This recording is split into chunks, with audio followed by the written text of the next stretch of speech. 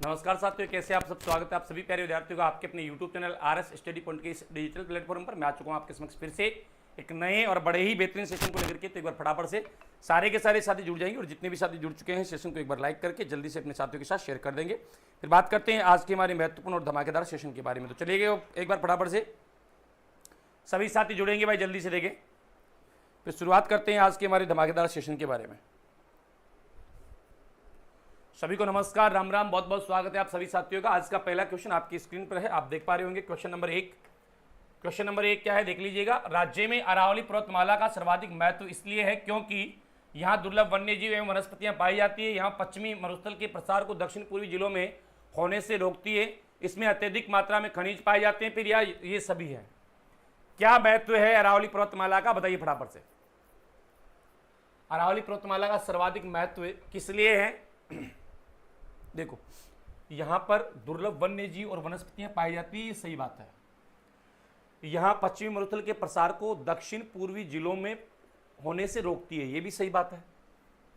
और इसमें अत्यधिक मात्रा में धात्विक खनिज पाए जाते हैं, ये भी एकदम सही बात है। यानी कि ये सारे के सारे ही सही है।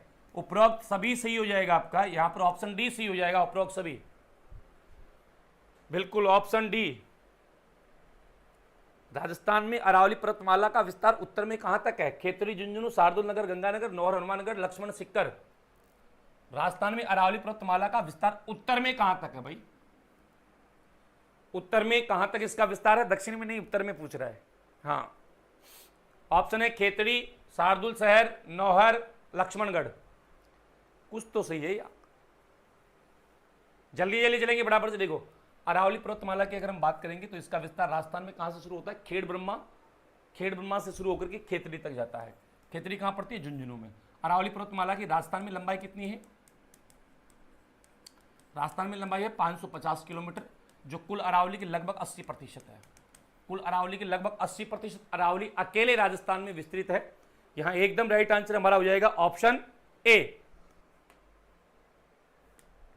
निम्न में से देशहरों के नाम से जाने जाने वाला क्षेत्र है।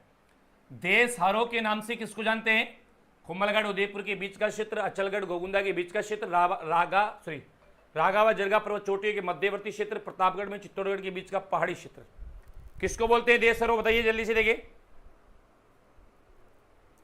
देशहरों के नाम से किसे जाना जाता है? देखो, आपकी जो रागा चोटी है, रागा चोटी और जरगा चोटी के मध्य जो स्थित भाग है, जो वर्ष भर हरा भरा रहता है, उसको बोलते हैं देशहरों। तो ऑप्शन सी सही होगा। रागा व जरगा चोटी के मध्य का वह भाग जो वर्ष भर हरा भरा रहता है, देशहरों कहलाता है।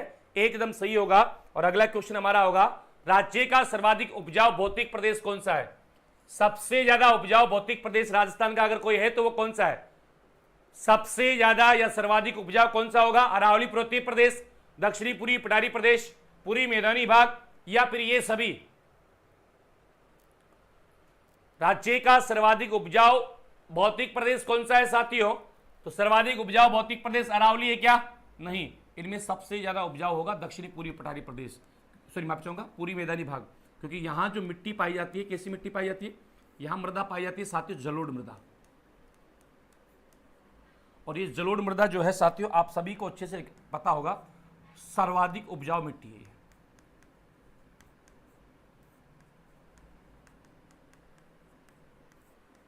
सबसे ज्यादा उपजाऊ मिट्टी कौन सी है? तो सबसे ज्यादा उपजाऊ मिट्टी है वो है आपकी जलोढ़ मिट्टी। ठीक है, तो यहां एकदम सही आंसर हो जाएगा ऑप्शन सी। और जलोढ़ मिट्टी को भी हम दो भागों में डिवाइड करते हैं। एक को बोलते हैं खादर, कौन सी को बोलते हैं बताओ? और एक को बोलते हैं बांगर। तो खादर किसे कहते हैं और बांगर किसे कहते हैं? खादर कहते हैं नवीन को, नवीन जलोढ़ मिट्टी को बोलते हैं खादर, और बांगर बोलते हैं प्राचीन जलोढ़ मिट्टी को। प्राचीन जलोढ़ मिट्टी जो है इसको बोलते हैं बांगर। ठीक है भाई, यहां तक की बातें क्लियर हो गई होगी आपकी। नेक्स्ट क्वेश्चन, बाड़मेर के सिवाना पहाड़ी क्षेत्र में गोलाकार पहाड़ियां क्या कहलाती है? बाड़मेर के सिवाना पहाड़ी क्षेत्र में जो गोलाकार पहाड़ियां हैं उनको क्या बोलते हैं? 56 की पहाड़ियां, नाकोड़ा पर्वत, ए और बी दोनों, इनमें से कोई नहीं। क्या बोलते हैं इनको? जल्दी जय जौहर गुरुदेव, जय जौहर भाई, जय जौहर, नमस्कार, राम राम, गुड इवनिंग। चलो फटाफट से देखो, बाड़मेर के शिवाना पहाड़ी क्षेत्र में स्थित गोलाकार पहाड़ियों को बोलते हैं 56 की पहाड़ियां भी कहते हैं और नाकोड़ा पर्वत भी कहते हैं। मतलब यहां पर आपका ऑप्शन सी सही होगा, ए और बी दोनों, ए और बी दोनों। हाँ बिल्कुल एकदम राइट आंसर हो जाएगा, ए एवं बी दोनों ही सही होंगे। यहां पर उत्तर पश्चिमी शुष्क प्रदेश में वर्षा न होने का प्रमुख कारण क्या है? उत्तर पश्चिमी मरुस्थलीय प्रदेश जो है यहां पर वर्षा कम होती है या नहीं होती है। इसके पीछे का रीजन क्या है, किस कारण नहीं होती है? रेत के टीलों का बहुतायत, अधिक गर्मी, धूलभरी आंधियां चलना, अरावली की वृष्टि छाया प्रदेश का होना। किस कारण से नहीं होती बताइए जल्दी से देखें। नमस्ते सर, सभी को नमस्कार, राम राम। बताओ भाई जल्दी से देखें। अरावली का वृष्टि छाया प्रदेश, जिसका सही काफी बच्चों का यहां पर सही आंसर आया है। अरावली का वृष्टि छाया प्रदेश जिसका भी आंसर आ रहा है एकदम सही है।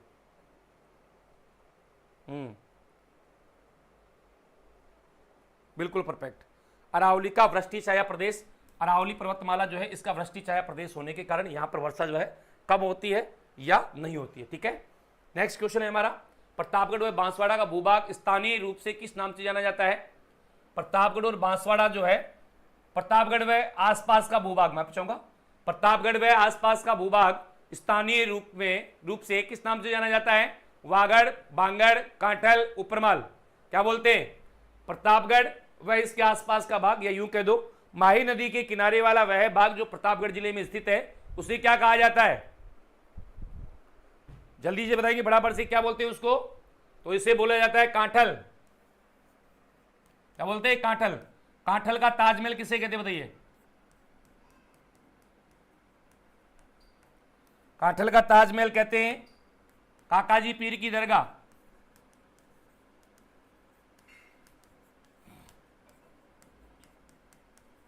कहां? ये प्रतापगढ़ में है। काकाजी पीर की दरगाह प्रतापगढ़। नेक्स्ट क्वेश्चन हम आपके सामने रखेंगे साथियों, अरावली पर्वत पर सामान्यतः किस फसल की खेती की जाती है? ज्वार, बाजरा, मक्का, जौ। कौन सी फसल सबसे ज्यादा उगाई जाती है? अरावली पर्वतीय प्रदेश जो है यहां पर सामान्यतः कौन सी फसल उगाई जाती है? ज्वार उगाते हैं, बाजरा उगाते हैं, मक्की उगाते हैं, जौ उगाते हैं।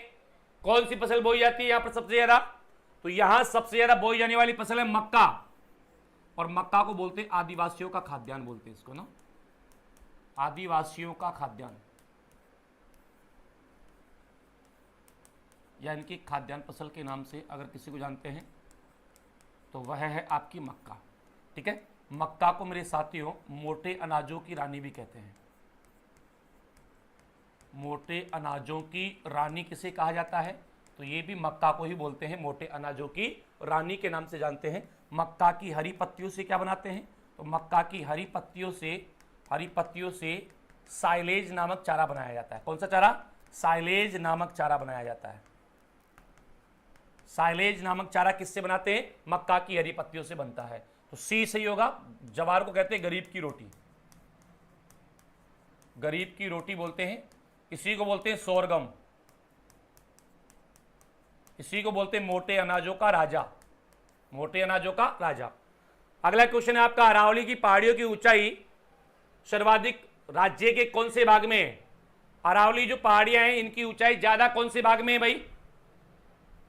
अरावली की पहाड़ियों की ऊंचाई राजस्थान के कौन से भाग में ज्यादा आपको देखने को मिलेगी बताइए फटाफट से।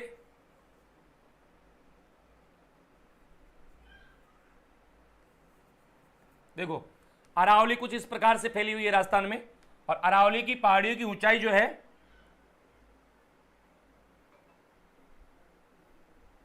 ये इस प्रकार से है, यानी कि दक्षिण पश्चिम से उत्तर पूर्व की ओर जाने पर इसकी ऊंचाई और चौड़ाई दोनों कम हो जाती है। तो ज्यादा ऊंचाई कहां होगी? दक्षिण पश्चिम में अरावली की ऊंचाई और चौड़ाई दोनों ज्यादा है। दक्षिण पश्चिम में अरावली की ऊंचाई और चौड़ाई दोनों क्या होती है? ज्यादा है। अरावली का सर्वाधिक विस्तार राजस्थान के कौन से जिले में स्थित है? अजमेर, जयपुर, सिरोही, उदयपुर।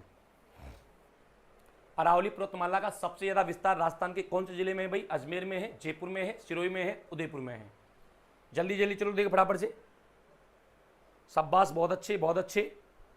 बेटा याद रखना, सबसे ज्यादा विस्तार इसका पाया जाता है उदयपुर जिले में। सघनता भी कहाँ है? उदयपुर में है। विरलता कहाँ है? अजमेर में है। विरलता भी अजमेर में है और नीचाई भी अजमेर में है, ठीक है। और ऊंचाई कहाँ है? ऊंचाई सिरोही में है। सबसे ज्यादा ऊंचाई कहाँ है? सिरोही में है, ठीक है। सघनता उदयपुर जिले में है, ठीक है। एकदम सही आंसर हो जाएगा ऑप्शन डी। राजस्थान का सर्वाधिक वर्षा वाला भौतिक प्रदेश कौन सा है? सबसे ज्यादा वर्षा कौन से भौतिक प्रदेश में होती है? उत्तर पूर्वी भाग में, दक्षिणी पूर्वी पठारी प्रदेश में, पूर्वी मैदानी भाग में, मध्यवर्ती राज्य में सबसे ज्यादा वर्षा कहां होती है? बताइए। नॉर्मल सा क्वेश्चन है यार, सबसे ज्यादा वर्षा कहां होती है? हाँ, सबसे ज्यादा वर्षा जो होती है ये कहां होती है? राजस्थान में। ओके, बहुत अच्छे, शाबाश। राज्य में सबसे ज्यादा वर्षा होती है दक्षिणी पूर्वी पठारी प्रदेश में, यहां होती है 80 से लेके 120 सेंटीमीटर। इससे ज्यादा वर्षा राजस्थान के किसी भौतिक प्रदेश में नहीं होती। पश्चिमी मरुस्थलीय प्रदेश में 20 से 50 या 25 से 50 होती है। अरावली पर्वतीय प्रदेश में 50 से 90 होती है। मैदानी भाग में 50 से 80 होती है और यहां होती है 80 से 120। तो इतनी बाकी कहीं नहीं होती, मतलब सबसे ज्यादा होती है दक्षिणी पूर्वी पठारी प्रदेश में। सर्वाधिक नदियां भी यही बहती है। अगला क्वेश्चन आपका है, निम्न में से राजस्थान की अरावली श्रेणियों से संबंधित नाल शब्द का अर्थ है? नाल शब्द का मतलब क्या होता है? नाल शब्द का अर्थ क्या है? बताइए फटाफट से, जल्दी से। नाल शब्द का अर्थ है क्या है? क्या बात है। नाल शब्द का अर्थ क्या है साथियों? घोड़े के दौड़ने का रास्ता, एक विशेष प्रकार का रास्ता, तंग रास्ता, दर्रा, या इनमें से कोई नहीं। क्या है नाल? देखो, नाल का मतलब होता है दो पर्वतीय पार्ट जो होते हैं, जैसे ये पर्वतीय भाग है, इसके बीच से जो तंग रास्ता होता है, ये जो तंग रास्ता है, इसी तंग रास्ते को क्या बोलते हैं? नाल बोलते हैं। यानी कि दर्रा जो होता है ना, दर्रा, उस दर्रे को नाल बोला जाता है। आगे है, अरावली प्रदेश को कितने उप प्रदेशों में विभक्त किया गया है? 7 में, 5 में, 3 में, 2, 4 में। अरावली पर्वतीय प्रदेश जो है इसको कितने पार्टों में डिवाइड किया जाता है भाई? उत्तरी, नाम सुना होगा आपने ना, तो बताओ फटाफट से। देखो, 3 पार्टों में हम इसको मुख्यतः डिवाइड करते हैं। 3 पार्टों में मुख्यतः अध्ययन की दृष्टि से हम इसको बांटेंगे, उत्तरी, मध्य, दक्षिणी। सी आंसर यहां पर काफी बच्चों का आया है, एकदम परफेक्ट आंसर है। भील जनजाति में पेय पदार्थ हेतु किस वृक्ष या पौधा का अधिक उपयोग किया जाता है? पेय पदार्थ बनाने के लिए, है ना, जिसको मावड़ी बोलते हैं। आम, अंगूर, महुआ, खेजड़ी। शराब बनाते हैं ना आदिवासी जनजाति के लोग, किससे बनाते हैं ये शराब? शराब किससे बनाते हैं? तो महुआ जो है, महुआ, इसको बोलते हैं आदिवासियों का कल्प वृक्ष। आदिवासियों का कल्प वृक्ष इसको बोलते हैं। और ये जो महुआ है, इसके फूल जो होते हैं, फूल, इससे शराब बनाई जाती है और ये शराब कहलाती है मावड़ी। महुआ की छाल से क्या बनाते हैं? दवा, औषधि बनाई जाती है महुआ की छाल से। तो यहां सही आंसर होगा आपका महुआ, ऑप्शन सी। राजस्थान का कौन सा भौतिक प्रदेश जल विभाजन का कार्य करता है? वह कौन सा भौतिक प्रदेश है जो जल विभाजन रेखा का कार्य करता है? पश्चिमी मरुस्थलीय प्रदेश, मध्यवर्ती अरावली प्रदेश, दक्षिणी पूर्वी हाड़ौती प्रदेश, पूर्वी मैदानी प्रदेश। क्या सही होगा इसका? जल्दी से बताइए फटाफट से। राजस्थान का कौन सा भौतिक प्रदेश जल विभाजन रेखा का कार्य करता है? थार का मरुस्थल ये तो नहीं करता। मध्यवर्ती अरावली प्रदेश, दक्षिणी पूर्वी हाड़ौती प्रदेश, पूर्वी मैदानी प्रदेश। देखो, मैदानी प्रदेश भी नहीं करता, हाड़ौती भी नहीं करता, मरुस्थल भी नहीं करता, अरावली करता है। अरावली राजस्थान में जल विभाजक रेखा का कार्य करती, एकदम परफेक्ट होगा। अगला प्रश्न है, निम्न में से राजस्थान में हर्ष की पहाड़ियां स्थित है? हर्ष की पहाड़ियां कहां है? जालोर, उदयपुर, सिरोही, सीकर।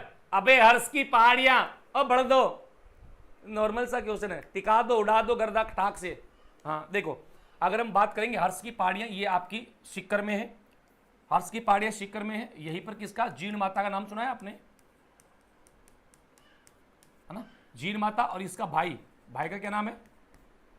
ये रेवासा में है। जीण माता कहां है? रेवासा में है। हर्षनाथ भैरू, ये यहीं पर है, हर्ष की पहाड़ियों पर ही है हर्षनाथ भैरव मंदिर। तो सीकर से होगा। राजस्थान राज्य का कौन सा नगर तस्तरीनुमा बेसिन में बसा हुआ है? राजस्थान राज्य का कौन सा नगर जो है ये तस्तरीनुमा बेसिन में बसा हुआ है? तस्तरीनुमा बेसिन में एक ही नगर है राजस्थान का, कौन सा है? डूंगरपुर, उदयपुर, चित्तौड़गढ़, सिरोही। बहुत अच्छा प्रश्न बनता है ये। राजस्थान का एकमात्र शहर जो तस्तरीनुमा बेसिन में बसा हुआ है, कौन सा है? तो यह बेसिन है आपका उदयपुर शहर है। उदयपुर शहर ये राज्य का एकमात्र ऐसा शहर है जो तस्तरीनुमा बेसिन में बसा हुआ है। बिल्कुल करेक्ट आंसर हो जाएगा यहां पर ऑप्शन बी। और नेक्स्ट क्वेश्चन होगा, निम्न में से राजस्थान में रघुनाथ पर्वत शिखर स्थित है? रघुनाथगढ़ है ये ना, और ये साथियों इसकी ऊंचाई जो है ये है 1055 मीटर। उत्तरी अरावली का सर्वोच्च शिखर है ये रघुनाथगढ़, है ना। अभी है कहां पर? सिरोही में, सीकर में, चित्तौड़गढ़ में, जयपुर में, कहां है भाई ये? तो रघुनाथगढ़ आपका है सीकर जिले में है। उत्तरी अरावली की सबसे ऊंची चोटी है।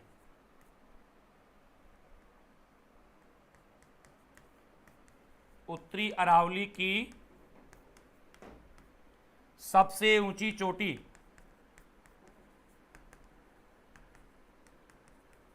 उत्तरी अरावली की सबसे ऊंची चोटी, ऑप्शन बी सही है। पश्चिमी राजस्थान को अरावली पर्वतमाला से पृथक करने वाली समवर्षा रेखा कौन सी है? पश्चिमी राजस्थान को अरावली पर्वतमाला से पृथक अलग करने वाली समवर्षा रेखा कौन सी है? 15 सेंटीमीटर, 50 सेंटीमीटर, 14 सेंटीमीटर, 25 सेंटीमीटर, कौन सी? जल्दी बताओ बराबर से। पश्चिमी राजस्थान को अरावली पर्वतमाला से पृथक करने वाली, देखो 25 सेंटीमीटर तो क्या करती है? मरुस्थल को दो भागों में बांटती है।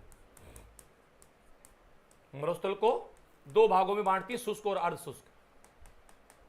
ये बात कर रहा है राजस्थान को, या यूं कह दो कि अरावली से मरुस्थल को अलग करने वाली तो 50 होगी। अरावली को मरुस्थल से अलग करने वाली कौन सी होगी? 50 सेंटीमीटर होगी। पवन की दिशा के समकोण पर बनने वाले बालू का स्तूपों को क्या कहते हैं? पवन की दिशा में समकोण पर बनने वाले बालू का स्तूप क्या कहलाते हैं? क्या कहलाएंगे?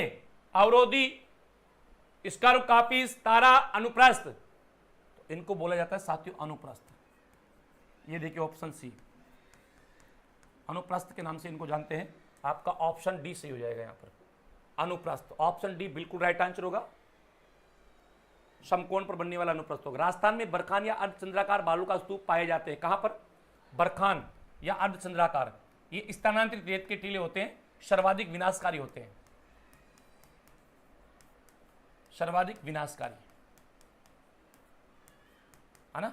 रेगिस्तान विस्तार के लिए उत्तरदायी रेत के टीले हैं और ये सबसे ज्यादा पाए जाते हैं भालेरी। भालेरी कहां पर है? चूरू में है। भालेरी, चूरू, यहां पर सबसे ज्यादा पाए जाते हैं। भालेरी, चूरू में सबसे ज्यादा ये बालू का स्तूप पाए जाते हैं। एकदम राइट आंसर हो जाएगा, ऑप्शन ए बिल्कुल करेक्ट होगा आपका यहां पर, भालेरी, चूरू। नेक्स्ट क्वेश्चन है, राजस्थान में उदयपुर के गिरवा क्षेत्र की आकृति कैसी है? थालीनुमा, कीपनुमा, तस्तरीनुमा, जालनुमा। बताओ बराबर से, जल्दी से देखें, फटाफट बराबर से चलना है सारे के सारे साथी धड़ल्ले से। हाँ, लाइक कर दो एक बार, जिन्होंने नहीं किया हुआ है फटाफट से एक बार सेशन को लाइक कर दो। जिन जिन ने चैनल को सब्सक्राइब नहीं किया है फटाफट से चैनल को सब्सक्राइब भी कर दो। देखो अगर हम बात करते हैं उदयपुर की गिरवा की बात करेंगे तो उदयपुर तो खुद ही तस्तरीनुमा बेसिन में है, तो उसकी पहाड़ियां कैसी होगी? तस्तरीनुमा ही होगी, यानी कि एकदम ढलान होता है, तिरछा ढलान होता है, एकदम तीव्र ढाल होता है। जी सी सही होगा। विश्व में सबसे अधिक आबादी वाला मरुस्थल कौन सा है? विश्व का सबसे अधिक आबादी वाला मरुस्थल कौन सा है? थार का मरुस्थल, सहारा मरुस्थल, गोबी का मरुस्थल, अरेबिया का मरुस्थल। विश्व का सबसे घना बसा मरुस्थल कहां है? तो हमारी भारत में ही है और उसको हम बोलते हैं थार का मरुस्थल। थार का मरुस्थल इसको इसी कारण से क्या कहते हैं? वैज्ञानिक ईश्वरी प्रकाश ने इसको कहा था रुक्ष का क्षेत्र। वैज्ञानिक ईश्वरी प्रकाश ने रुक्ष का क्षेत्र किसको कहा था? हमारे थार के मरुस्थल को कहा था, क्योंकि थार का मरुस्थल विश्व का सबसे ज्यादा आबादी वाला या सबसे घना बसा या सबसे ज्यादा जैव विविधता वाला मरुस्थल है। अगला क्वेश्चन हमारा क्या है? राजस्थान में थार मरुस्थल का एकमात्र प्रवाह बेसिन स्थित है। थार मरुस्थल का एकमात्र प्रवाह बेसिन कौन सा है? Chhappan basin, Luni Jawai basin, Banganga basin, Ghaggar basin. एक ही बेसिन है मरुस्थल का, कौन सा है? जल्दी बताइए बराबर से, कौन सा है? ओके, अगर हम बात करते हैं भाई थार मरुस्थल के बेसिन को लेकर के बात करते हैं तो क्या राइट आंसर होगा? यहां पर एकदम राइट आंसर हो जाएगा यहां पर लूनी जवाई बेसिन सही हो जाएगा। लूनी जवाई बेसिन सही हो जाएगा। राजस्थान राज्य का सबसे बड़ा वन्यजीव अभयारण्य किस भौतिक प्रदेश में स्थित है? राजस्थान का सबसे बड़ा वन्यजीव अभयारण्य, और ये कौन से भौतिक प्रदेश में है? कौन सा ये? इसका नाम है राष्ट्रीय मरु उद्यान। मरु उद्यान। अब इसने भौतिक प्रदेश पूछा है कि कहां है ये। इसका क्षेत्रफल है 3162.50 वर्ग किलोमीटर और ये 2 जिलों में है, एक जैसलमेर जिले में है, एक बाड़मेर जिले में है। जैसलमेर में इसका क्षेत्रफल है 1900 वर्ग किलोमीटर, बाड़मेर में है 1262.50 वर्ग किलोमीटर। तो यह सब, इसका विस्तार कहां है? ये भाई पश्चिमी मरुस्थलीय प्रदेश में होगा, सीधी सी बात है, पश्चिमी मरुस्थलीय प्रदेश में होगा, सीधी सी बात है, इसमें सोचने की क्या बात है। अगला क्वेश्चन है, बाड़मेर प्रिंट का अन्य नाम क्या है? बादला, फड़, अजरक, पिछवाई। बाड़मेर प्रिंट का अन्य नाम क्या है? जल्दी, वाह रे वाह मेरे शेरों वाह। देखो, बाड़मेर प्रिंट का अन्य नाम क्या होगा? अजरक प्रिंट के नाम से भी इसको जानते हैं। पिछवाइया तो नाथा द्वारा की प्रसिद्ध है, नाथा द्वारा राजसमंद की प्रसिद्ध है। बादले जोधपुर के प्रसिद्ध हैं। बादले कहाँ के प्रसिद्ध है? जोधपुर के प्रसिद्ध है। फड़ शाहपुरा की प्रसिद्ध है। कहाँ की? शाहपुरा भीलवाड़ा की प्रसिद्ध है। हालांकि शाहपुरा खुद जिला बन चुका है अभी। तो एकदम सही आंसर यहाँ पर हो जाएगा आपका अजरक प्रिंट। कौन सी प्रिंट? अजरक प्रिंट, बिल्कुल सही होगा। कुंभलगढ़ एवं गोगुंदा के बीच विस्तृत पठार किस नाम से जाना जाता है? लसाड़िया, गोगुंदा, भोराट, उड़िया। कुंभलगढ़ एवं गोगुंदा के बीच में विस्तृत पठार को किस नाम से जाना जाता है? लसाड़िया, गोगुंदा, भोराट, उड़िया। बताओ देखिए जल्दी से, किस नाम से जानते हैं? शाबाश, बहुत अच्छे बहुत अच्छे बहुत अच्छे। चलते चलो फटाफट फटाफट से। देखो, इसको बोलते हैं भोराट का पठार। और भोराट का पठार, इसकी ऊंचाई कितनी है? इसकी जो ऊंचाई है, औसत ऊंचाई यह है 1225 मीटर। जबकि राजस्थान का सबसे ऊंचा पठार कौन सा है? उड़िया का पठार। राजस्थान का सबसे ऊंचा पठार है, सबसे ऊंचा पठार है उड़िया का पठार है। और इसकी ऊंचाई है वो है 1360 मीटर ऊंचा है। ठीक है, उड़िया का पठार कहां पर है? ये माउंट आबू सिरोही में है। कहां पर? ये माउंट आबू सिरोही में है आपका उड़िया का पठार। तो एकदम सही आंसर आपका यहां पर हो जाएगा ऑप्शन सी, ये भोराट का पठार है जी। नेक्स्ट क्वेश्चन है, छप्पन बेसिन जिस जिले में स्थित है वह है। छप्पन बेसिन कहां है? अलवर, बांसवाड़ा, पाली, टोंक। देखो, ये माही बेसिन का भाग है। छप्पन बेसिन है बांसवाड़ा में। मुख्यतः छप्पन बेसिन प्रतापगढ़ व बांसवाड़ा के मध्य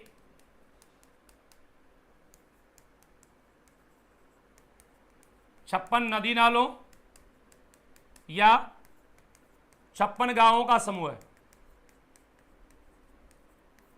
56 नदी नालों या 56 गांवों का समूह 56 का मैदान कहलाता है, या 56 बेसिन के रूप नाम से जो है इसको जानते हैं। ऑप्शन बी सही हो जाएगा आपका यहाँ पर, बांसवाड़ा।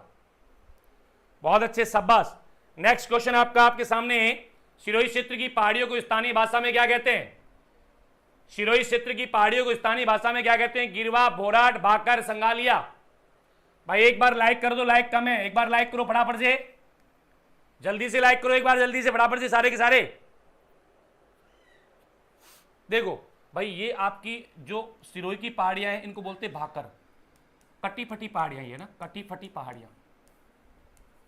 सिरोही जिले की कटी फटी पहाड़ियां क्या कहलाती है? तो सिरोही जिले की कटी फटी पहाड़ियां कहलाती है भाकर। एकदम सही आंसर हो जाएगा आपका option C, option C. Next देखेंगे, कृपाल सिंह शेखावत किस कला के सिद्ध हस्त कलाकार थे? मीनाकारी, ब्लू पोट्री, थेवा कला, उस्ता कला। कृपाल सिंह शेखावत कौन सी कला के सिद्ध हस्त कलाकार थे भाई? मीनाकारी, ब्लू पोट्री, थेवा कला, उस्ता कला। कौन सी कलाकारी के प्रसिद्ध कलाकार थे ये? तो जो कृपाल सिंह शेखावत है, इनकी अगर हम बात करते हैं तो कृपाल सिंह शेखावत साथी याद रखना, ये मीनाकारी के नहीं थे, ये ब्लू पोट्री के थे। मीनाकारी के तो कौन है? सरदार कुदरत सिंह है, सरदार कुदरत सिंह। ठीक है, और थेवा कला के जो है नाथूजी सोनी।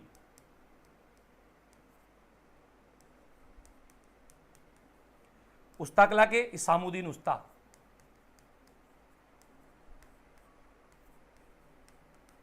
ठीक है, राइट आंसर यहां पर आपका हो जाएगा ब्लू पोट्री। ब्लू पोट्री को रईस पोट्री के नाम से भी जानते हैं, जयपुर की प्रसिद्ध है। घग्गर का मैदान स्थित है, गलत लिख गया घग्गर ना, घग्गर भय नहीं है, ये घय है ना। घग्गर का मैदान कहां है बताइए जल्दी से? हनुमानगढ़ गंगानगर में, झुंझुनू सीकर में, जालोर सिरोही में, जैसलमेर बाड़मेर में। घग्गर का मैदान कहां है भाई? गग्गर का मैदान है गंगानगर हनुमानगढ़ में। कहां पर ये? गंगानगर हनुमानगढ़ में है गग्गर का मैदान। अरावली पर्वत की सबसे अधिक ऊंचाई किस जिले में है? अरावली पर्वत की सबसे अधिक ऊंचाई कौन से जिले में भाई? सिरोही, अजमेर, अलवर, डूंगरपुर। अरावली पर्वत की सबसे अधिक ऊंचाई कौन से जिले में है? देखो अरावली की सबसे ज्यादा ऊंचाई तो सिरोही में है ना यार, नीचाई अजमेर में है। बता दिया था मैंने, पहले ही लिख के बता दिया था आपको कि सबसे ज्यादा ऊंचाई कहां है? सिरोही में है। नीचाई कहां है? अजमेर में है। पुष्कर घाटी, पुष्कर घाटी अजमेर अरावली का निम्नतम बिंदु है। राजस्थान का कौन सा जिला हाड़ौती के पठार में सम्मिलित नहीं किया जाता? यह क्वेश्चन कल भी आया था।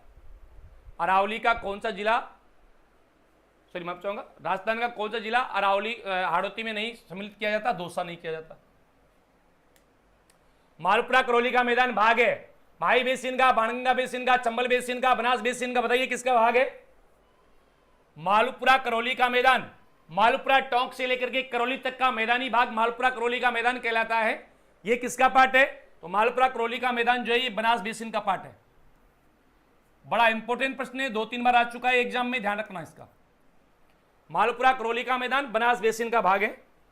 राजस्थान के अरबुड़ा पर्वत के एक शिखर, गुरु शिखर का नामकरण जिसके नाम पर किया गया, कौन है वो? चंद्रसेन, चंद्रदेव, ऋषि दुर्वासा, दत्तात्रेय, अनुसुईया। बताइए किसके नाम पर इसका नामकरण हुआ है? जल्दी जल्दी चलेंगे फटाफट से।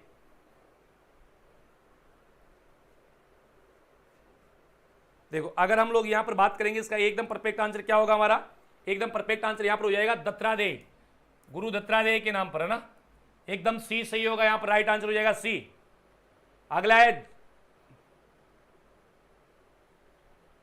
टाइपिंग में मिस्टेक आ गई। मोर ध्वज निहाल चंद किस चित्रकला शैली से संबंधित है? जोधपुर शैली, चावंड शैली, किशनगढ़ शैली, जयपुर शैली। मोर ध्वज निहाल चंद जो है इनका संबंध कौन सी चित्रकला शैली से भाई? बताइए, नाम तो पता ही होगा, हाँ सुना हुआ है तो फिर दे दो। ये तो बहुत पॉपुलर रहे हैं, तो पॉपुलर है तो नाम तो पता ही होगा आप लोगों को। सभी एक बार लाइक कर दो क्लास को, बहुत अच्छे शाबाश। देखो ये आपकी किशनगढ़ चित्रकला शैली से है। इन्होंने बनी ठनी का चित्र बनाया था, आपको पता हो तो, बनी ठनी इसका चित्र बनाया था, ठीक है ना। मोर ध्वज निहाल चंद। अगला क्वेश्चन हमारा होगा, सॉरी, निम्नलिखित में से कौन सा चित्रकार अलवर शैली की चित्रकला से संबंधित नहीं है? नानकराम, जमनदास, नंदराम, बक्साराम। किसका संबंध अलवर शैली से नहीं है?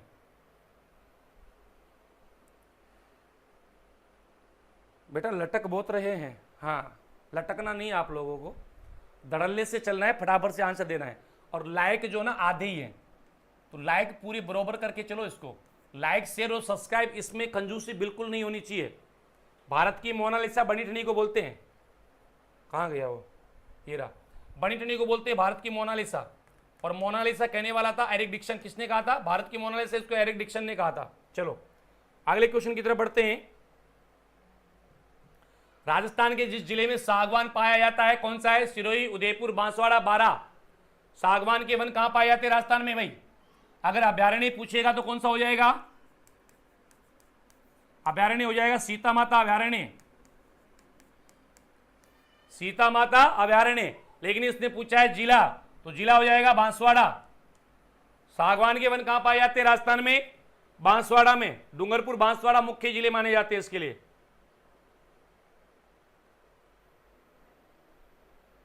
आगे चलेंगे। सहरिया लोगों का गांव कहलाता है, क्या कहलाता है भाई? सहरोल, ग्राम, पाल, नगला। सहरिया लोग जो होते हैं ये जनजाति है। सहरिया लोगों का जो गांव होता है उसको क्या बोलते हैं? सहरोल बोलते हैं, ग्राम बोलते हैं, पाल बोलते हैं या नगला बोलते हैं। जल्दी जल्दी चलो बराबर से। सहरोल, ग्राम, पाल, नगला, फटाफट से चलेंगे सारे के सारे। पाल, सी आंसर आ रहा सभी का। फालू अलग चीज होती है भाई, फालू अलग चीज होती है। आगे चलेंगे, अगला क्वेश्चन। ग्रास्य जनजाति कहां पर निवास करती है भाई? मारवाड़ के दक्षिणी पूर्वी व सिरोही जिले में, बांसवाड़ा जिले में, अलवर जिले में, बूंदी व झालावाड़ जिले में। ग्रासिया राजस्थान की तीसरी सबसे बड़ी जनजाति है ग्रासिया। कहाँ निवास करती है? कहाँ निवास करती है? हाँ, ये निवास करती है मारवाड़ के दक्षिणी पूर्वी भागों में, सिरोही जिले में। सिरोही जिले में सबसे ज्यादा ग्रास्य जनजाति आपकी जो है निवास करती है सिरोही जिले में। अगला प्रश्न हम आपके सामने रखते हैं, सहरिया जनजाति के मुखिया को क्या कहते हैं? सहरिया जनजाति जो होती है इसके मुखिया को क्या बोलते हैं बताइए? हवलदार बोलते हैं, कोतवाल बोलते हैं, सेठ बोलते हैं, मुखिया बोलते हैं, क्या बोलते हैं बताइए? सहरिया जनजाति के मुखिया को क्या कहते हैं? देखो, सहरिया जनजाति का जो मुखिया होता है उसको कहते हैं कोतवाल। क्या बोलते हैं? कोतवाल। सहरिया जनजाति सबसे ज्यादा कहां निवास करती है? 12 जिले में निवास करती है। 12 जिले की 2 तहसीलें शाहबाद और किशनगंज। शाहबाद और किशनगंज। तो यहां एकदम सही आंसर हो जाएगा ऑप्शन बी। नेक्स्ट क्वेश्चन है आपका, मीणा जनजाति कितने खापों में विभाजित है? 10, 13, 24, 32। मीणा जनजाति कितनी खापों में विभाजित है? 10 में, 13 में, 24 में, 32 में? जल्दी बताओ, देखिए बराबर से। मीणा जनजाति कितनी खापों में भाई? मीणा जनजाति की अगर हम बात करेंगे 10 खापों में है, 13 में है, 24 में है, 32 में है। तो ये जो मीणा जनजाति है 24 खापों में है। मीणा जनजाति की खापे कितनी है? 24 खापे। बिल्कुल सही होगा, ऑप्शन सी राइट आंसर है। सहरिया गांव की सबसे छोटी इकाई को क्या कहते हैं? सहरिया गांव जो होता है, सहरिया लोगों का जो गांव होता है, इसकी सबसे छोटी इकाई जिसको हम कह देते हैं ना, हमारी सीधी भाषा में हम कहते हैं ढाणी, बोलते हैं ना। हाँ, ये क्या बोलते हैं? पाल, फला, ग्राम, नगला। क्या बोलते बताइए? सहरिया जनजाति के गांव की सबसे छोटी इकाई क्या कहलाती है? तो सहरिया जनजाति में जो गांव है उस गांव की सबसे छोटी इकाई को बोलते हैं फला। क्या बोलते हैं? फला बोलते हैं ये लोग। सहरिया जनजाति में गांव की सबसे छोटी इकाई क्या कहलाती है? फला कहलाती है। मानव शरीर पर चित्र गुदवाने की ज्यादातर प्रथा निम्न में से किन में पाई जाती है? ब्राह्मण, जैन, भील, राजपूत। यानी कि यहां पर नाम लिखवाते हैं ना महिलाएं, पुरुष भी लिखवाते हैं, महिलाएं भी लिखवाते हैं, जिसको बोलते हैं गोदना गुदवाना। क्या बोलते हैं? गोदना गुदवाना, है ना। ये गोदना गुदवाना किन में ज्यादा प्रचलित है? ब्राह्मणों में, जैनों में, भीलों में, राजपूतों में। देखो, ये होता है भील जनजाति में। हालांकि सब में होता है लगभग, आप देखोगे तो पहले अभी ग्रामीण क्षेत्र में आप देखोगे वृद्ध महिलाओं के हाथ पर लिखा हुआ मिल जाएगा आपको, फलाना की औरत, ये इस टाइप से लिखा हुआ मिल जाएगा, मिलता है ना। हाँ, तो वही है गोदना गुदवाना, ठीक है ना। अब ये क्या होते हैं, जनजाति के लोग जो होते हैं ना, इनमें क्या होता है, इनमें अजीब अजीब जगह यहाँ पर पता नहीं कहाँ पर जो है लिखवा लेते हैं, यहाँ पर उल्टे सीधे नाम लिखवाते, ठीक है। मतलब कहीं पर भी, यहाँ पर भी, हाँ बिल्कुल, इसी को गोदना गुदवाना कहते हैं। अभी इसको टैटू बोलने लग जाओ ना, वो टैटू भी तो वही करते हैं, टैटू में भी तो वही किया जाता है, उसमें चित्र बनाया जाता है, फर्क इतना है। अगला क्वेश्चन क्या है आपका? डामोर जनजाति अधिकांशतः निवास करती है डूंगरपुर, बांसवाड़ा, उदयपुर, चित्तौड़गढ़, बांसवाड़ा, प्रतापगढ़, उदयपुर। बताओ बराबर से, जल्दी से देंगे। गुड इवनिंग सर जी, गुड इवनिंग, नमस्कार, राम राम, स्वागत है साहब। देखो, डामोर जनजाति की अगर मैं बात करूंगा तो अधिकांशतः कहाँ निवास करती है? डामोर जनजाति डूंगरपुर में निवास करती है ना। तो यहां पर सही आंसर होगा डूंगरपुर और बांसवाड़ा। ज्यादातर डामोर जनजाति डूंगरपुर में निवास करती है। ये डामोर जनजाति का अगर हम बात करते हैं तो डामोर जनजाति जो है इसमें पुरुष और महिला समान रूप से गहने पहनते हैं। डामोर जनजाति में पुरुष और महिला क्या करती है? समान रूप से गहने पहनते हैं। किस जनजाति के लोगों का मुख्य व्यवसाय खेर वृक्ष से कत्था निकालना है? खेर वृक्ष से कत्था निकालने का काम कौन करते हैं? डामोर, कंजर, काथोड़ी, सांसी। जल्दी चलो भाई बराबर से। खेर वृक्ष से कत्था निकालने का काम कौन करते हैं? तो खेर वृक्ष से कत्था निकालने का काम करती है काथोड़ी जनजाति। और काथोड़ी जनजाति में क्या करते हैं? पुरुष और महिला बराबर, महिला, ये दोनों समान रूप से शराब का सेवन करते हैं। काथोड़ी जनजाति में पुरुष और महिला दोनों क्या करती हैं? समान रूप से शराब का सेवन करती है, एक साथ बैठ करके पेक मारते हैं। जैसे अपने एक साथ बैठ करके चाय पीती है ना पुरुष और महिला, वैसे ये लोग शराब पीते हैं, ठीक है ना। तो यहां पर आपका ऑप्शन सी सही हो जाएगा। अगला प्रश्न होगा, सुबटिया लोकगीत का संबंध है ग्रास्य स्त्री से, सती स्त्री से, वीरांगना स्त्री से, भील स्त्री से। सुबटिया लोकगीत का संबंध किससे बताइए बराबर से, जल्दी से देखें भाई। लाइक करते चलना, साथ के साथ जिन जिन ने चैनल को सब्सक्राइब नहीं किया फटाफट से सब्सक्राइब भी करते चलना। सुबटिया लोकगीत का संबंध किससे है? भील स्त्री से। किससे? भील स्त्री से। बेटा यहां पर हाँ बिल्कुल डी सही होगा, भील स्त्री, बिल्कुल वीरांगना स्त्री नहीं होगा, भील स्त्री सही होगा। आगे देखेंगे, अगला प्रश्न आपके सामने में रखूंगा। कंजर जनजाति की महिलाएं विदेशों में किस कला का प्रदर्शन करती आई है? वह कौन सा नृत्य है जिसका प्रदर्शन कंजर जनजाति की महिलाओं के द्वारा विदेशों में किया गया या विदेशों में किया जाता है? फटाफट से जल्दी से आंसर आना चाहिए सभी का। बहुत अच्छे, शाबाश, क्या बात है। अगर हम बात करेंगे उस नृत्य के बारे में साथियों, तो वह नृत्य है आपका लोक नृत्य का। और लोक नृत्य कौन सा है? वो चक्री नृत्य है। कौन सा नृत्य है? चक्री नृत्य है साथियों, चक्री नृत्य है, बिल्कुल। नेक्स्ट क्वेश्चन हमारा है, ये तो हो चुका ना। सहरिया जनजाति पहाड़ों पर जो छोटी पहाड़ी नुमा घर बनाती है उसे क्या कहते हैं? गोपना, कोरुआ, टापरा, उपरोक्त सभी। गोपना, कोरुआ, टापरा। सहरिया जनजाति जो अपना घर बनाती है उसको क्या कहते हैं? जल्दी जल्दी चलो बराबर से। सर आपकी बोर्ड क्या करें, तार हिल रही है, कभी कभी गुदला गुदला दिखाई देता है। अच्छा ऐसा है बेटा? ऐसा नहीं है, मेरे पास एकदम क्लियर दिख रहा है। नेटवर्क प्रॉब्लम के कारण ऐसे थोड़ा सा दिक्कत हो जाती है, बाकी ऐसा कुछ नहीं है, मेरी तरफ से एकदम परफेक्टली आ रहा है। अगर फिर भी ऐसा कुछ होगा तो बिल्कुल क्लास के बाद इसको देखा जाएगा, अगर होगी ऐसे कोई दिक्कत तो उसको ठीक कर दिया जाएगा, ठीक है ना। चलो, गोपना, टापरा, टापरा, कोरुआ, चलो आगे देखेंगे हम लोग। निम्न में से कौन सा उत्सव आयोजित बूंदी में होता है? इनमें से कौन सा उत्सव बूंदी में आयोजित होता है? ग्रीष्म उत्सव, बैलून उत्सव, कजली तीज, गणगौर। कौन सा उत्सव मनाते हैं बूंदी, बताइए इनमें से। जल्दी जल्दी बराबर ध्यान चलाना चाहिए सबका। बहुत अच्छे, शाबाश।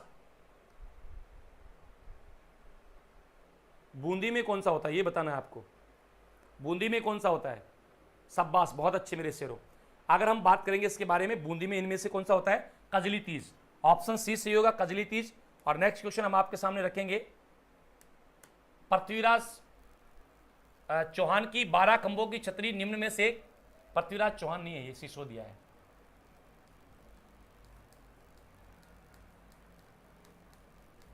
पृथ्वीराज सिसोदिया की 12 खंभों की छतरी निम्न में से किस जिले में स्थित है?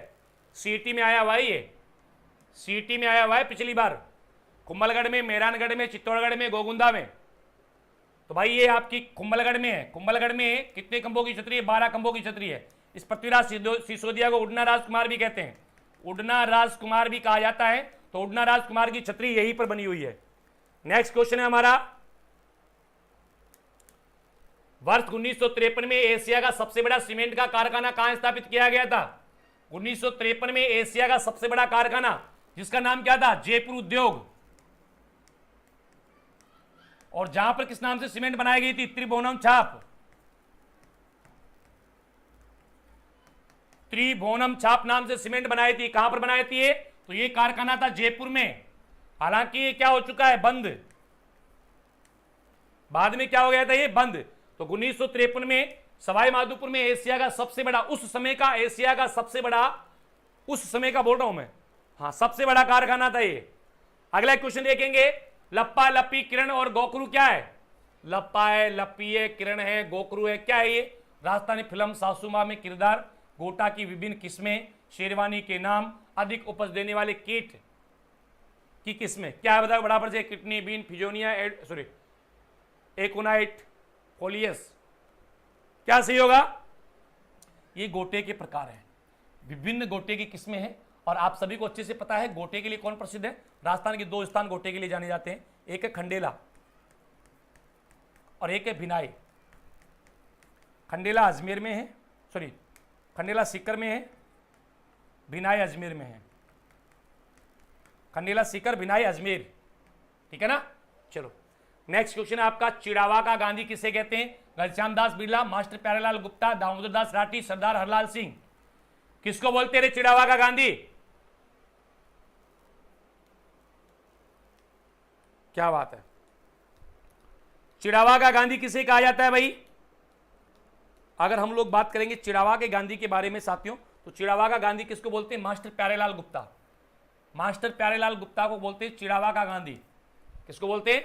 मास्टर प्यारेलाल गुप्ता को बोला जाता है चिड़ावा का गांधी। सुनारी सभ्यता के अवशेष राजस्थान के कौन से जिले से प्राप्त हुए हैं? सुनारी सभ्यता, ये कांतली नदी पर है।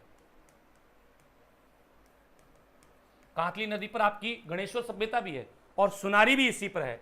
कहां से? चोरू, झुंझुनू, सीकर, भीलवाड़ा। तो चूरू में तो कोई नदी है ही नहीं, इसका मतलब ये तो गलत है। फिर सीकर में, भीलवाड़ा में, झुंझुनू में, तो बेटा ये मिला है झुंझुनू से। सुनारी सभ्यता कहां है आपकी? झुंझुनू में है। कौन सी नदी पर है? कांतली नदी पर है। अगला क्वेश्चन क्या है आपका? जंतर वाद्य यंत्र किसके द्वारा बजाया जाता है? देवनारायण जी के भोपे, बाबूजी के भोपे, ग्रास्य जाति, भील जाति। जंतर वाद्य यंत्र का प्रयोग किसमें किया जाता है? मैंने बताया था एक ही लोक देवता है जिनके फड़वाचन के समय रावण हत्या वाद्य यंत्र का प्रयोग नहीं होकर के जंतर वाद्य यंत्र का प्रयोग होता है, और वह लोक देवता है देवनारायण जी। तो देवनारायण जी की फड़का वाचन जब करते हैं तो गुर्जर जाति के भोपों के द्वारा किसका? जंतर वाद्य यंत्र के द्वारा जो है इसका वाचन किया जाता है। ऑप्शन यहां पर हो जाएगा ए, बिल्कुल सही होगा आपका।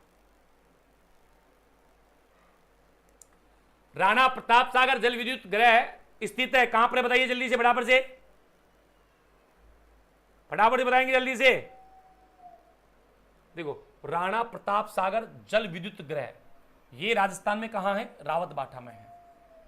रावत बाटा कहां पड़ता है? आप सब जानते हैं भली बात ही, चित्तौड़गढ़ में पड़ता है। तो एकदम सही आंसर हो जाएगा रावत बाटा यहां पर। और अगला प्रश्न क्या होगा? सुमेल युद्ध में शेरशाह सूरी का मुकाबला किससे हुआ था? बताइए। बहुत अच्छे, शाबाश, जल्दी बताओ फटाफट से, किससे हुआ था भाई? जल्दी से बताओ, जल्दी से। सुमेल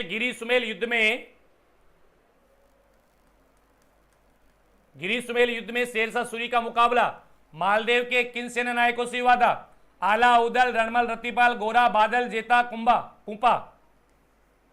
देखो, आला और उदल तो किसके थे? परमर्दी देव के थे। परमर्दी देव चंदेल के थे। रणमल, रतिपाल किसके थे? हमीर देव चौहान के थे। हमीर देव के थे। गोरा, बादल किसके थे? रतन सिंह के थे। तो यहां राइट आंसर हो जाएगा आपका जेता एंड कोपा। जेता एंड कोपा। मेजा बांध किस नदी पर स्थित है? बताइए भाई। एक बार यार लाइक करके ना इसको शेयर करो फटाफट से, लाइक करके शेयर करो फटाक से, जल्दी से, सारे के सारे करो। हाँ, जितने भी आपके पास ग्रुप है, व्हाट्सएप है, सबको अपनी अपनी उसकी कसम है छोरों, जितने भी जुड़े हुए ना सभी छोरों को अपनी अपनी उसकी कसम है, फटाफट से शेयर कर दो। और सभी छोरियों को अपनी अपनी उनकी कसम है, समझ गए ना? हाँ, फटाफट से शेयर करो जल्दी से लाइक करके। यहां इसका एकदम सही आंसर होगा आपका कोठारी नदी पर बना हुआ है। मेजा बांध जो है इससे प्राचीन काल में भीलवाड़ा को पेयजल मिलता था। प्राचीन काल में भीलवाड़ा को पेयजल कहां से मिलता था? यहीं से मिलता था। याद रखना, इसकी बांध पर लगा बगीचा, इसकी पाल पर लगा बगीचा ग्रीन माउंट कहलाता है। भीलवाड़ा जिले में स्थित मेजा बांध की पाल पर लगा बगीचा क्या कहलाता है? ग्रीन माउंट कहलाता है। अगला क्वेश्चन है आपका, अर्धचंद्राकार बालू का स्तूपों को क्या बोलते हैं? अर्धचंद्राकार बालू का स्तूप जो सबसे ज्यादा विनाशकारी रेगिस्तान के विस्तार के लिए जाने जाते हैं, क्या कहते हैं इनको? तारा स्तूप, बरकान, अवरोधी बालू का स्तूप, सफर काबिज बालू का स्तूप, क्या बोला जाता है? तो साथियों, ऐसे बालू का स्तूपों को बोलते हैं बरकान। और बरकान सबसे ज्यादा कहां पाए जाते हैं? चूरू में पाए जाते हैं। और चूरू में अगर बात करेंगे तो कहां पर? भालेरी में। भालेरी, चूरू में पाए जाते हैं सबसे ज्यादा। ये ऑप्शन बी सही होगा। आदिवासी महिलाओं द्वारा घुटनों तक पहने जाने वाले घाघरे को क्या कहा जाता है? नानड़ा, अंगोछा, कच्छाबू, इनमें से कोई नहीं। जल्दी बताओ फटाफट से, क्या बोलते हैं इसको? बहुत अच्छे, इसको बोला जाता है कच्छाबू। क्या बोलते हैं? तो महिलाओं के द्वारा जो घाघरा पहना जाता है उसको बोलते हैं कच्छाबू। वागड़ की मीरा, राजस्थान की राधा किसे बोलते हैं? राजस्थान की राधा बोलते हैं मीराबाई को। और ये पूछ रहा है वागड़ की मीरा किसे कहते हैं? गौरीबाई को, पन्नाधाई को, रानीबाई को, कर्मावती को। वागड़ की मीरा कहा जाता है गौरीबाई को। वागड़ की मीरा किसको बोलते हैं? तो गौरीबाई को बोलते हैं वागड़ की मीरा। एकदम सही हो जाएगा option A, Mirabai, sorry Gauribai, माफ चाहूंगा। इसे डेबर झील के नाम से भी जाना जाता है। किसे? इसे डेबर झील के नाम से भी जानते हैं। किसे जानते हैं भाई? राजसमंद झील को, जयसमंद झील को, पिछोला झील को, फतेह सागर झील को। किसको डेबर झील के नाम से भी जाना जाता है? फटाफट से आंसर आना चाहिए सभी साथियों का, जल्दी से। किसे डेबर झील के नाम से भी जानते हैं? तो डेबर झील के नाम से जिसको जाना जाता है वह है आपकी जयसमंद झील। जयसमंद झील, ये जयसमंद झील साथियों एशिया की सबसे बड़ी प्राकृतिक, सॉरी माफ चाहूंगा, कृत्रिम मीठे पानी की झील है। अगला क्वेश्चन है हमारा, राजस्थान को नर्मदा नदी का कितना हिस्सा प्राप्त होता है? नर्मदा नदी का नहीं, नर्मदा नहर का। राजस्थान को नर्मदा नहर से कितना प्रतिशत जो है जल मिलता है या कितना हिस्सा मिलता है राजस्थान को?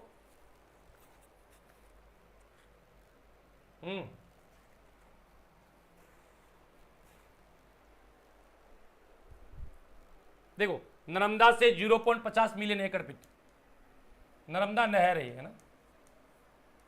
चलो, कवास बाड़मेर में बाढ़ का पानी किस नदी से निकाला गया था? कवास बाड़मेर में 2006 में बाढ़ आई थी। जिप्सम के जमाव के कारण 2006 में यहां पर बाढ़ आ गई थी। इस पानी को किसके द्वारा निकाला गया? रोहिली नदी, लूनी नदी, जवाई नदी, खासी नदी, किसके द्वारा निकाला गया था भाई? तो इसको निकाला गया था साथियों आपकी रोहिली नदी के द्वारा। ये बीएसएफ के जवानों द्वारा बनाई गई थी।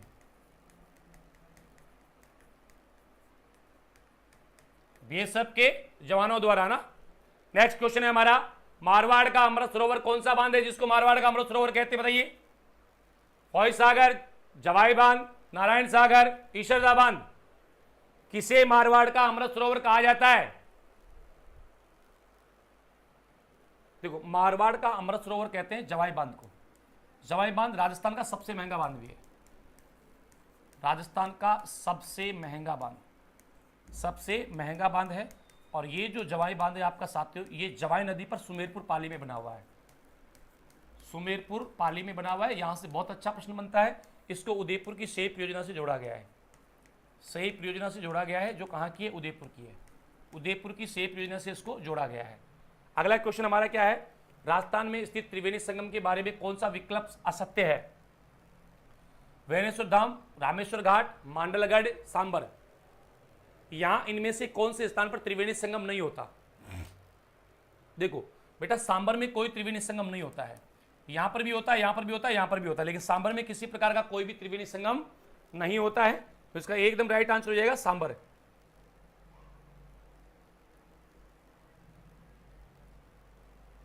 नेक्स्ट क्वेश्चन आपके सामने में रखता हूं, आप देख पाएंगे। अगला क्वेश्चन, राय अनुसंधान केंद्र कहां स्थित है? राय अनुसंधान केंद्र कहां है? तो सरसों और राई दोनों एक ही जगह हैं। सिरोही में, बांसवाड़ा में, भरतपुर में, बाड़मेर में।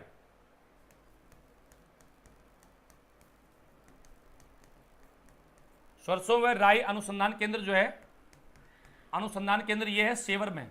और शेवर कहां पड़ता है? भरतपुर में पड़ता है। शेवर भरतपुर में 20 अक्टूबर 1993 को इसकी स्थापना हुई थी। हाँ, शेवर भरतपुर, ऑप्शन सी सही होगा। नेक्स्ट क्वेश्चन आपके सामने रखते हैं। शुष्क सागवान वन राजस्थान के किन जिलों में मिलते हैं? बांसवाड़ा, उदयपुर में, बीकानेर, गंगानगर में, चूरू, झुंझुनू में, जालोर, सिरोही में। राजस्थान में शुष्क सागवान के वनों के लिए कौन से जिले फेमस है भाई? शुष्क सागवान के वनों के लिए फेमस है बांसवाड़ा जिला और उदयपुर जिला। बांसवाड़ा एवं उदयपुर एकदम सही होगा, ऑप्शन ए। कौन सा राष्ट्रीय उद्यान रामसर साइट में शामिल किया गया है? एक ही है। कौन सा है? मुकुंदरा हिल्स राष्ट्रीय उद्यान, केवलादेव राष्ट्रीय उद्यान, रणथंभौर राष्ट्रीय उद्यान, मरु उद्यान, राष्ट्रीय मरु उद्यान। बताओ। देखो, राजस्थान में दो ही स्थानों को रामसर साइट में सूची में सम्मिलित किया गया है। एक तो झील है जो सांबर झील है, और दूसरा है आपका राष्ट्रीय उद्यान जिसका नाम है केवलादेव राष्ट्रीय उद्यान। केवलादेव राष्ट्रीय उद्यान, ऑप्शन बी एकदम सही होगा। और अगला प्रश्न आपके सामने हम लिख सकते हैं, आप देख सकते हैं। निम्नलिखित में से किन उद्योगों को अनिवार्य लाइसेंस दिया जाता है? मतलब वह कौन से उद्योग हैं जिनको लाइसेंस दिया जाता है या लाइसेंस जो है दिया जाना अनिवार्य है? कौन से उद्योग हैं? इलेक्ट्रॉनिक, एयरस्पेस और रक्षा उपकरण, औद्योगिक विस्फोटक, खतरनाक रासायनिक, या फिर ये सारे उद्योग जो हैं इनको दिया जाता है? बताइए फटाफट से जल्दी से। सर साफ साफ दिख नहीं रहा बेटा, मेरे पास तो एकदम साफ दिख रहा है। आप अपनी वीडियो की क्वालिटी ठीक करो। यहां पर राइट आंसर क्या होगा? इन सभी को दिया जाता है। अगला प्रश्न आपका आएगा, तीर्थ स्थल गलियाकोट किस नदी के किनारे स्थित है? परवन, माही, साबरमती, सोम। गलियाकोट कहां पड़ता है? डूंगरपुर में पड़ता है।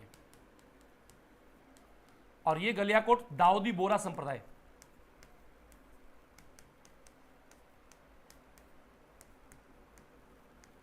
समुदाय की प्रधान पीठ है। यहां पर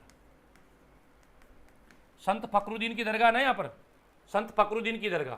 तो ये माही नदी पर है बेटा, ध्यान रखना। बी सही होगा, माही नदी एकदम सही होगा, माही नदी। निम्नलिखित में से कौन सा हस्तशिल्प और स्थान सुमेलित नहीं है? दाबू प्रिंट, आकोला, चित्तौड़गढ़, अजरक प्रिंट, बाड़मेर, उस्ताकला, बीकानेर, जटपट्टी, नागौर।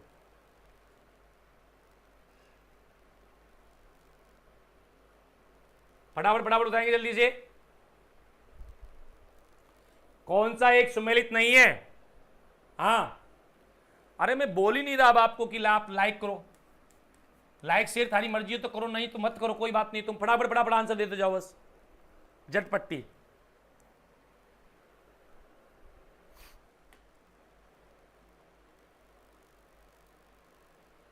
आगे चलेंगे हम लोग। राजस्थान का पश्चिमी क्षेत्रीय रेलवे प्रशिक्षण स्कूल कहां स्थित है? बीकानेर में, जयपुर में, जोधपुर में, उदयपुर में। पश्चिमी क्षेत्रीय रेलवे प्रशिक्षण स्कूल कहां है? पश्चिमी क्षेत्रीय रेलवे प्रशिक्षण स्कूल कहां है? बताइए जल्दी से, देखिए सारे के सारे। क्या बात है, बहुत अच्छे, शाबाश। कहां है भाई, जल्दी से बताएंगे बराबर से। अगर हम लोग बात करेंगे पश्चिमी क्षेत्रीय रेलवे प्रशिक्षण केंद्र या स्कूल जो है, ये कहां है? उदयपुर में भाई। ये कहां है आपका? उदयपुर में स्थित है। नेक्स्ट क्वेश्चन हम आपके सामने रखेंगे। राजस्थान में सर्वप्रथम वनों की कटाई पर प्रतिबंध कहां लगाया गया था? जोधपुर में, टोंक में, अलवर में, कोटा में। सबसे पहले वनों पर प्रतिबंध लगाने वाली रियासत कौन सी थी? जोधपुर, टोंक, अलवर, कोटा। कौन सी रियासत ने सबसे पहले प्रतिबंधित किया था वनों की कटाई को? सभी का बहुत बहुत स्वागत है भाई, सभी प्यारे विद्यार्थियों का बहुत बहुत स्वागत है। आंसर देते जाओ फटाफट फटाफट से। यहां इसका राइट आंसर हो जाएगा आपका जोधपुर। जोधपुर जो है एकदम राइट आंसर होगा आपका। वनों को लेकर के यहां पर आंदोलन भी हुआ, आप सब भली भांति जानते हैं। नेक्स्ट क्वेश्चन है, एक की आंदोलन की शुरुआत 1921 में मोतीलाल तेजावत ने कहां से की थी? देवलिया से, सांवलिया से, मंडपिया चित्तौड़गढ़ से, मातरकुंडिया रास में चित्तौड़गढ़ से। कहां से की थी बताइए? एक की आंदोलन की शुरुआत किसने की थी? मोतीलाल तेजावत। मोतीलाल तेजावत को आदिवासी लोग कहते हैं बाऊजी, है ना, आदिवासियों का मसीहा भी इनको कहा जाता है। मातरकुंडिया से इनकी शुरुआत होती है। कहां से होती है? मातरकुंडिया रास में से, चित्तौड़गढ़ से होती है। आगे चलेंगे हम लोग। अगला क्वेश्चन हम आपके सामने रखेंगे। हाल ही में राजस्थान का नया मुख्यमंत्री किसको घोषित किया गया है? सब जानते हो, मोहनलाल यादव, वसुंधरा राजे सिंधिया, भजनलाल शर्मा, वासुदेव देवनानी। किसको नहीं आता होगा ये क्वेश्चन? सबको आता होगा, तो बताओ फिर। भजनलाल शर्मा। उप मुख्यमंत्री कौन है बताओ, देखे फटाफट से। दो ना, कौन है उप मुख्यमंत्री? कौन है जल्दी? एक ये है और एक ये है, दिया कुमारी। अच्छा, और एक भजनलाल शर्मा। तो वो तो मुख्यमंत्री है भाई।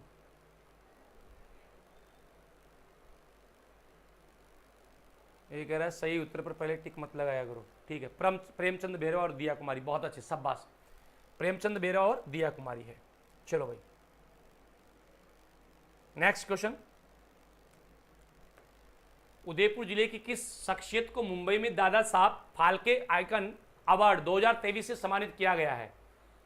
रामबाबू, महेश अवस्थी, रोहित कोठारी, अनिल भोजक। आपने कहा था ना करंट के क्वेश्चन भी ऐड कर देना, इसमें कर दिया मैंने। चलो फटाफट से बताओ जल्दी से, किसको मिला है भाई दादा साहब फाल्के पुरस्कार? ये मिला है रोहित कोठारी को। किसको मिला है? रोहित कोठारी को। थोड़ी सी डिटेल देख लो इसके बारे में। उदयपुर के रोहित कोठारी को दादा साहब फाल्के आइकन अवार्ड 2023 से सम्मानित किया गया है। रोहित कोठारी को युवा एंटरप्रेन्योर एवं एंटरटेनमेंट मीडिया जर्नलिस्ट के रूप में यह अवार्ड मिला हुआ है, या ये अवार्ड दिया गया है। नेक्स्ट क्वेश्चन है आपका, राजस्थान का पहला आयोडाइज नमक प्लांट कहां स्थापित किया गया है? नाथद्वारा में, औसिया जोधपुर में, नावा कुचावन में, सामर जयपुर में। बताओ फटाफट से क्या सही होगा, देखिए जल्दी से आंसर आना चाहिए, जल्दी देखो।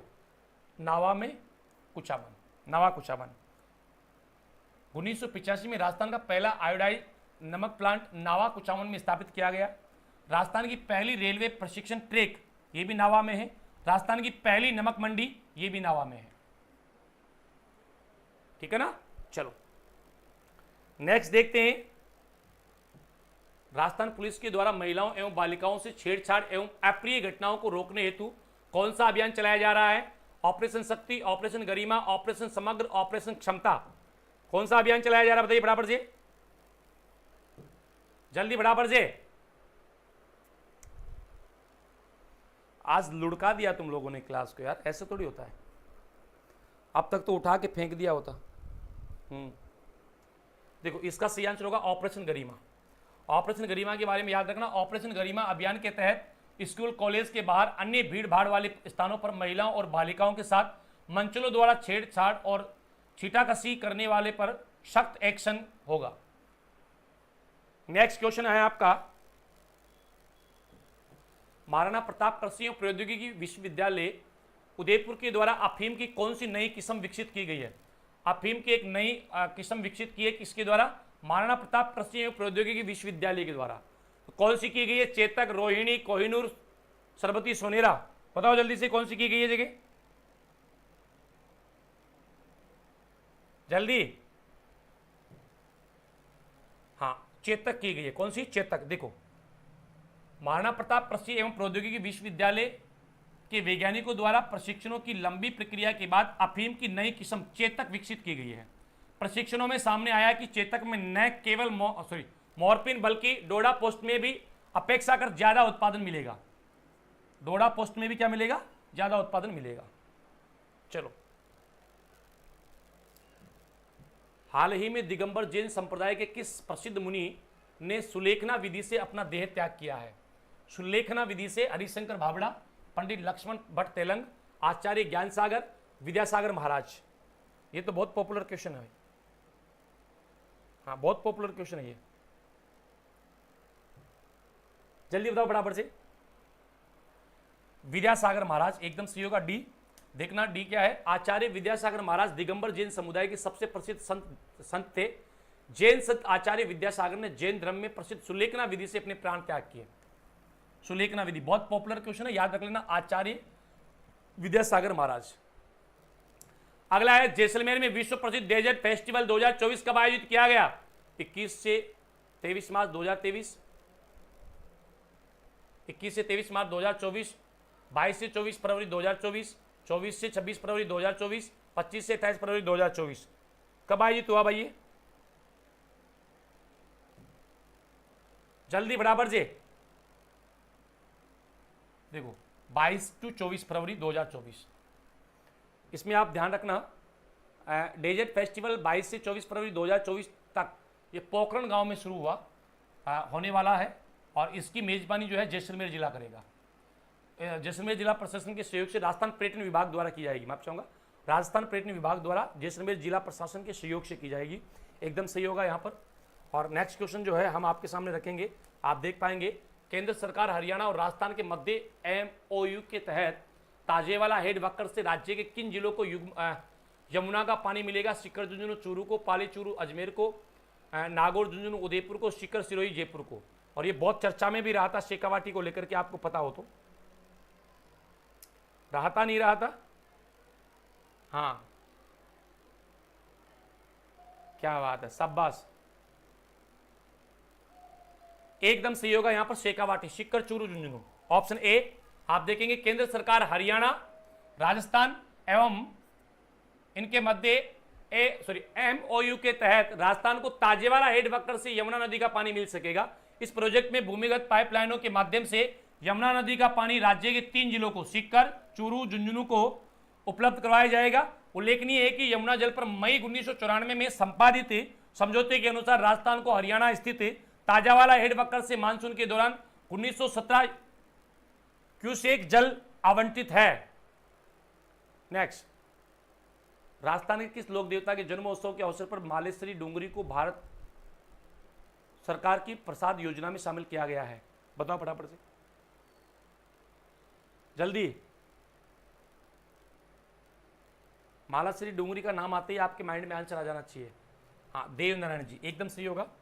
नेक्स्ट क्वेश्चन हम आपके सामने रखेंगे, इसकी आप डिटेल भी देख सकते हैं। लोक देवता श्री देवनारायण जी के 1112वीं जन्मोत्सव के पावन अवसर पर भीलवाड़ा जिले के मालाश्री डूंगरी को भारत सरकार की प्रसाद योजना में शामिल किया गया है। अगला क्वेश्चन हम आपके सामने रखते हैं, जीरा गीत किसके द्वारा गाया जाता है? कृषक के द्वारा, कृषक की पत्नी के द्वारा, दोनों के द्वारा, दोनों ही नहीं। जीरा गीत कौन गाती है भाई? इसका आप आंसर देंगे वीडियो के कमेंट में। इसका आंसर देंगे वीडियो के कमेंट में, लाइक करेंगे, और जिन जिन साथियों ने चैनल को सब्सक्राइब नहीं किया फटाफट से चैनल को सब्सक्राइब कर देंगे। क्लास को लाइक करके, चैनल को सब्सक्राइब करके ज़्यादा से ज़्यादा इस वीडियो को अपने साथियों तक शेयर करेंगे। मिलेंगे हम कल फिर एक बेहतरीन और धमाकेदार सेशन में। सब्सक्राइब जरूर कर देना और वीडियो को कमेंट करके जरूर बताएंगे कि आपको हमारा ये सेशन कैसा लगा। इसी के साथ आज के सेशन को करते यही पे समाप्त। मिलते हैं कल फिर ब्रेक के बाद, तब तक के लिए आप सभी साथियों को नमस्कार, राम राम साहब, शुभ रात्रि, धन्यवाद।